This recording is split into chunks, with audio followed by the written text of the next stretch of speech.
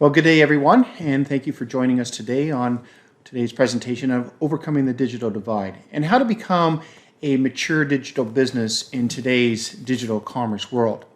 A little bit about myself. 20 years ago, I was working at PricewaterhouseCoopers. I was in their supply chain e-commerce practice, and then I left there and I opened up a garden center. And over the course of the 19 years, I became really frustrated with the whole workflows and ordering and getting inventory from my suppliers. And from there, I've created a company called Orderease. And this is really where my knowledge set comes of today's presentation, is working in the industry and understanding the challenges that each and every one of the independent retailers face. I think to start with, it's really important to sort of paint the picture as to what's happening in the global retail space. We have the tier one retailers who are investing billions of dollars in technology infrastructure to really improve their inventory management, their order management, and their fulfillment. And to be able to become what's really referred to as omni-channel retailers. And this digital spend is really leaving independent retailers behind. And this is really a concern because independent retailers play a very important role in the whole retail commerce space. But consumers' preferences are changing. And because of that, independent retailers are going to need to change it with it to be able to keep up or at least maintain their market position with the tier one retailers. So I touched on omnichannel. And I think the pandemic, the COVID-19 pandemic, has really accelerated this omni-channel for independent retailers. Because before COVID, most of us were operating in store, and we were doing most of our business in store. We were servicing our customers in store, and then all of a sudden, to have it so that our customers couldn't come to our store, we then had to switch to online, but we weren't ready for it. But now our customers sort of got a taste of what it was like of buying on store and buying online. And this is the concept of omnichannel. And in my mind, there's three things about omnichannel. One is the marketing. The second is engagement. So how is your customers buying? And then the third is how are you fulfilling those orders to your customers? So from a marketing perspective, it is now very complex. You think back 20 years ago, you're putting a flyer in the newspaper, putting an ad in the newspaper, and that's how you attracted your customers to your store. And then 15 years ago, some people started, doing email marketing. And then 5 years ago, all of a sudden, we needed to have Google Ads. We had to be on social media. We had to be everywhere because that's where all the different consumers were. And so a big part of omni-channel is the marketing. It comes from many different ways in which you're going to attract your customers to your business. And so when you attract them, there's two ways of engaging with them. Our traditional in-store service, where we have great staff, great products, great experience.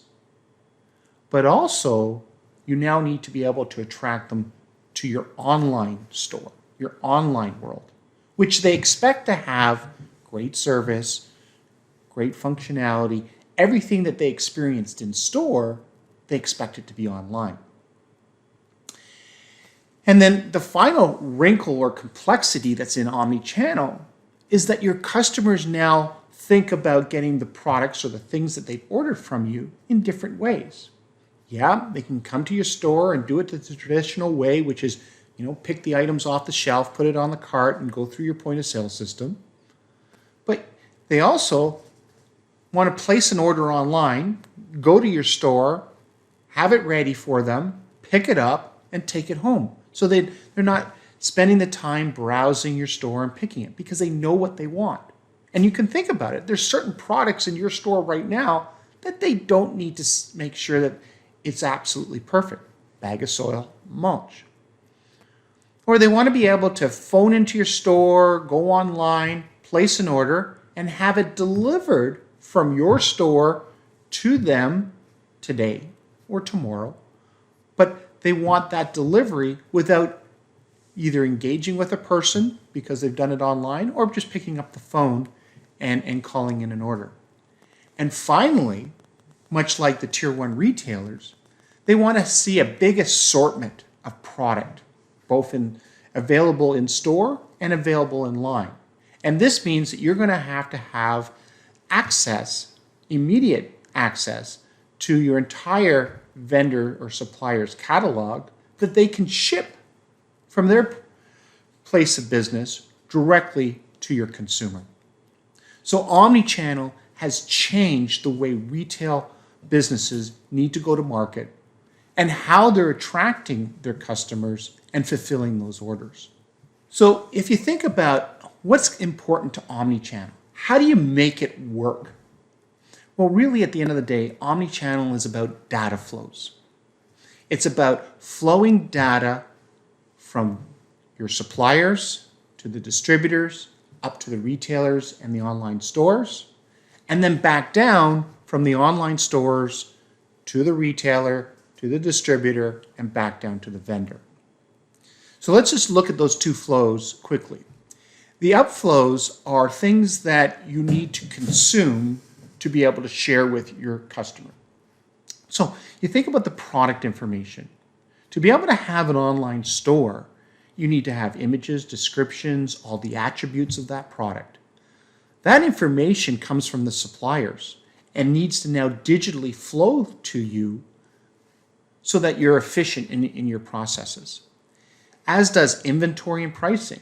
You need to know what is really available at your supplier today so that you can share that information with your customer so you know what you can get them. And then finally, they always want to know the order status. Well, to have order status, you now need to be able to deliver this order. So if you think of all the different ways that an order has to be delivered through the supply chain, you could start at the e-commerce online store. It then needs to flow into the retailer's point of sale system that then needs to flow down to the distributor, and the distributor's orders needs to flow down to the supplier. And these downflows of orders need to be all digital so that we're very efficient. So the data flows that are required in an omni-channel environment need to be seamless, it needs to be digital, and it has to be timely. And this is what the tier one retailers are working on. And they're doing a very, very good job. So what's the impact on this for brands, for distributors, and for growers to support a retailer's direction of going omni-channel? Well, the first thing that's really important, the most important thing, is for these brands, distributors, and growers to have what's called a digital product information warehouse, where they have a core location of their images, their attributes, the price, and inventory, and that they can share this information digitally with their customers. The second thing that these brands and distributors need to do is to be able to enable digital workflow with their customers. And once that happens, now that you have really a digital relationship between the vendors and the retailers. And finally, for some brands and distributors and growers, they will be building consumer fulfillment so that retailers can be delivering consumer orders to their suppliers, and their suppliers can deliver those orders direct to the end consumer. And this is happening right now with tier one retailers. And interesting enough is most of the vendors that do business with tier one retailers also do business with independents. And so if those vendors are fulfilling orders direct to consumer to tier one retailers, there's no reason why they can't do it for the independents. So independents need to be very aware which vendors right now are doing these types of activities to support omni-channel. And for the ones that aren't, I think the conversation needs to happen between independent retailers and the suppliers to support an omni-channel. And I just really want to dive a little deeper about product information and to really start to articulate the breadth and depth of product information. So if you think about it, product information is far greater than, a product code and UPCs and names and descriptions. But, there's all these other relationships, like what category, what's the labels, what's the size, what's the ingredients. You need to have all the images, all the videos, all the documents. And you think about this, all your vendors have this information. And they do a wonderful job in creating training videos and marketing videos that they want to share with you. But there's no way to digitally share it. The only way you can do it is by going vendor to vendor to vendor. Finally, you need to be able to see what your prices are. And then there's a whole bit of, channel-specific information as to how to optimize for Google search and everything like that. A lot of the vendors have this already, including, multilingual translations of the data. So there's a very vast array of data that needs to come from the vendors and then be centralized and then distributed. And if you think about it, if you're a vendor, all the different places that this data, your product information, needs to end up. You need to share that information with your customers, whether they're distributors or with their retailers. That information is going to end up on e-commerce platforms, Shopify, WooCommerce. And as a manufacturer and a brand, you want to make sure that information and images and everything that support your brand, and that the descriptions of your product are not being changed because someone doesn't have that information electronically. All the different marketplaces and search engines, this information is going to end up. And then the data sheets and the product sheets are all being consumed by consumers and the staff of the independent retailers. This here is the starting point and the core to omnichannel for vendors and then for retailers. So if I thought about, and we want to talk about today about, so what is the technology that retailers need? And there's really three pieces of technology that retailers need, three core pieces of technology that retailers need to be able to do omnichannel. The first and the most important piece of information is your point of sale system. And there's a vast array of point of sale systems in the market today. Some that were built back in the 80s and 90s, and some that are more modern. And really the difference between the two is, first of all, the more modern point of sale systems have better connectivity so that you can connect system to system. But what they sometimes lack is the functionality of those older systems that over time have grown into your business and are truly functional. So really evaluating your point of sale system to go back and think about, well, how am I going to basically have omni-channel marketing and be able to capture that data at my point of sale system? How am I going to be able to share my inventory and pricing with my consumers online? So think about it, having your point of sale system inventory, so the inventory that's in your store on your website, it requires a level of connectivity. And then finally, being able to have the data analysis in your point of sale system so you can see how these different channels are performing, are growing, and where some of the challenges are. From your point of sale system, there's two key things that need to hook into them and basically transfer data back and forth. One is your e-commerce environment. And there's a lot of e-commerce environments that are built on standard platforms like Shopify or Magento, or even some point of sale systems have an extension that allows you to have a website. But there is something that's really important, is that these e-commerce need to be able to be sort of customizable for omnichannel. You may want to be able to show the inventory you have in store. You want to show the products that can be direct shipped from your vendors, or products that can be delivered from your vendors to your store that your customer can be picked up. So having an e-commerce platform that is very flexible so that as your omni-channel experience develops and grows, it grows with you. Because like everybody knows, once you lock into a certain technology, you're sort of committed for a period of time.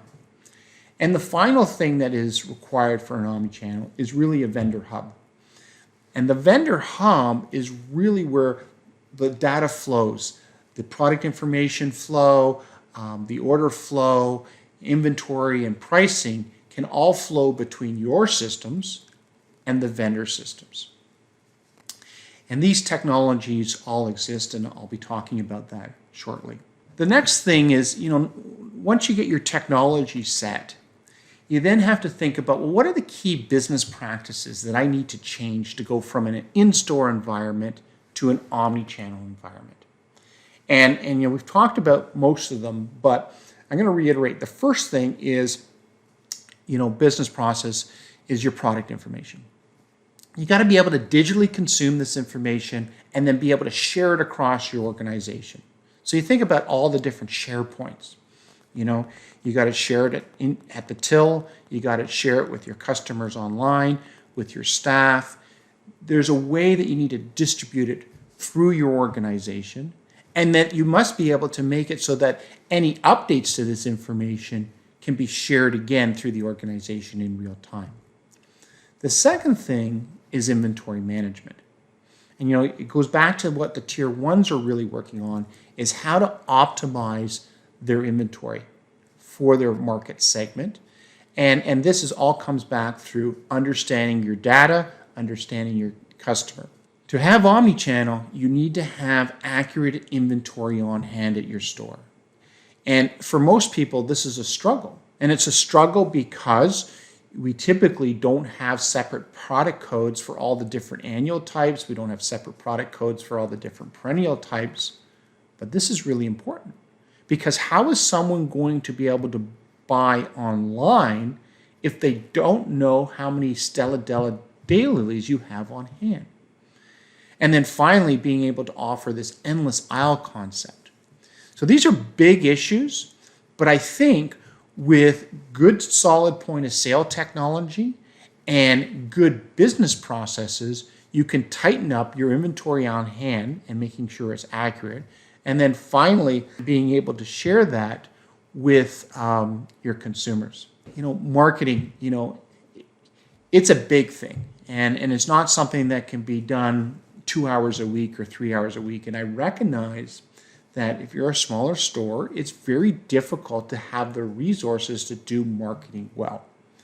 So, my perspective is, if you're going to do marketing, pick a channel, pick 2 or 3 channels to market in, and do those very well, grow your business, and keep adding channels over time. But you need to create marketing that's consumable. Things that your customers and your potential customers get value from. And recognizing that there's not just one way that you need to market. You have to look at your customer space, look at how your customer base in your area is changing, and change your marketing with them. And finally, marketing is only good as how consistent it is, how frequent it is, the quality of it, and really the value that you give your customers.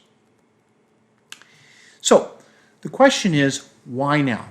Why should you be concerned about omni-channel, and why should you really start to work at building omni-channel into your retail stores?